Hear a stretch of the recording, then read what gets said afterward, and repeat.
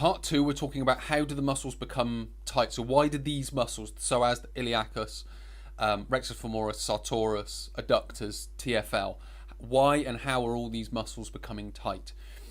Well, it will generally, so from a very sort of high level, broad perspective, there will be some initial tightnesses and then you'll start to get the compensatory cascading effect. So it will start, let's just say, with the psoas, and then you'll kind of get the iliacus getting involved, and then slightly later rectus femoris, sartorius, and so on and so forth. So it will start off as an initial thing that you won't really notice, and then over time it will gradually kind of get worse and worse and worse, which is all the compensatory cascading of muscle tightness that comes after.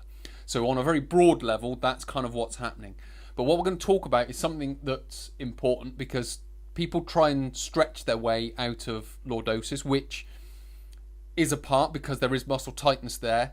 But if we can understand this next mechanism that I'm going to talk about, we're going to understand the treatment a lot better.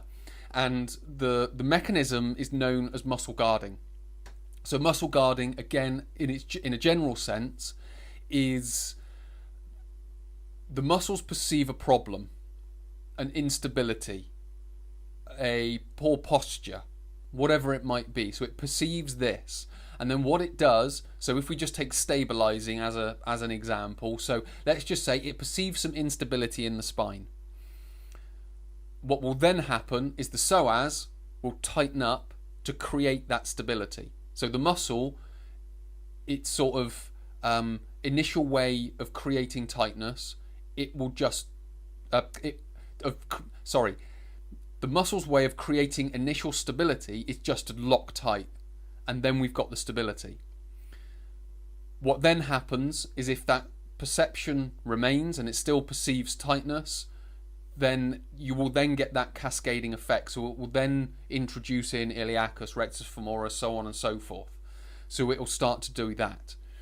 So the nerves that signal pain signal to protect, essentially. So the muscles are reacting to a perceived problem. Again, in its very general sense. Perceives a problem, it locks tight. Now in the short term, this isn't too much of a problem if we know what to do. But if we're getting into lordotic postures and these are remaining and staying for a prolonged period of time, what we will then tend to get are more problems. Because when the muscle cascades and compensates into the iliacus, into the rectus femoris, into sartorius, you're going to start getting more muscle tightnesses, which is going to start creating more compensations, which is going to start to create more aches, pains, tightnesses, and potential risks of injury elsewhere. So we need to understand this this mechanism of muscle guarding, which is then not only sort of creating the initial problem of a tight psoas, which is then creating the pulling on the lumbar spine, which is going to create its own problems, because then we can start to get disc problems, facet joint problems, ligament problems. So we need to be able to sort that out. Now, if we're not doing it in the short term, it can be saved. We can start focusing on it in the long term, but we need to take a sort of a more broad approach to it. So we can't just stretch our way out, but we'll talk about that in the next part. So in the long term, it becomes a problem. We get what is known as, or we get what people call weakness of the hip flexors. Now, I describe this as, it's like an illusion of weakness. It's more a fatigue, and it's more a, let's just say, the example that I've used in the past is like a fuse box going into a house. So that's controlling the electricity that's going into the house. And what happens here is because, well, if we take the example of the fuse box, so when too much electricity comes into the house, the fuse box will trip a switch and all the electricity will go off. And then you have to flick the switch and the electricity comes back on. The body's doing a similar thing.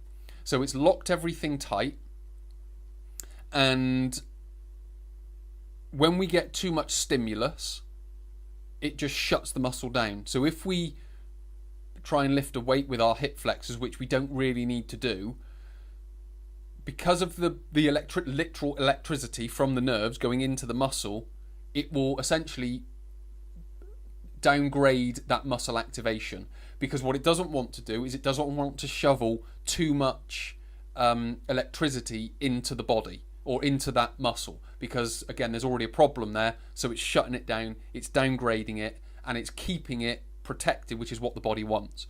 So if you are strengthening the hip flexors and always coming up against this weakness, there's good reason for it, and in some respects you're kind of continuing the problem by trying to strengthen your hip flexors, because the muscle's trying to guard against a problem and you're trying to lift your way out or strengthen your way out of it, and the body just keeps saying no, shut down, no, shut down, no, shut down. So it's just downgrading all of the activation of that muscle, so you're really not going to get strength off the back of it. What then happens is tightness becomes ingrained into the muscle, because what we then get is just like any habit, be it a sort of a behavioural habit or a movement habit, let's say, it just gets ingrained. So every time you do something, you get another sort of like coin in that account. Every time you do it, another coin in that account. Every time you do it, another coin in that account. So it just keeps getting reinforced upon reinforced upon reinforced.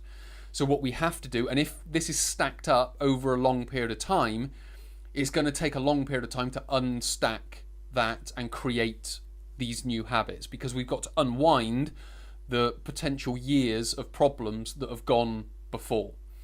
So not only do we get the illusion of weakness, we get tightness that becomes ingrained, and then finally off the back of that, you get the loss of function. So you get the inability to lengthen the hamstrings, you get the inability to stride properly when walking or running or whatever it may be. So all of these compensatory movement habits get changed and sort of turn into, I don't want to say a problem, because it's not a problem, but it is a problem, but it's a problem that can be solved. So it's just a case of being able to manage all of that.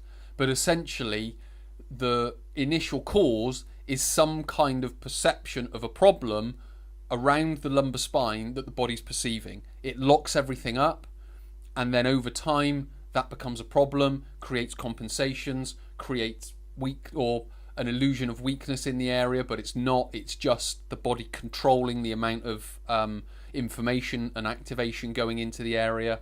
So you've got that loss of that illusion of weakness, the tightness, and the loss of function that comes with it.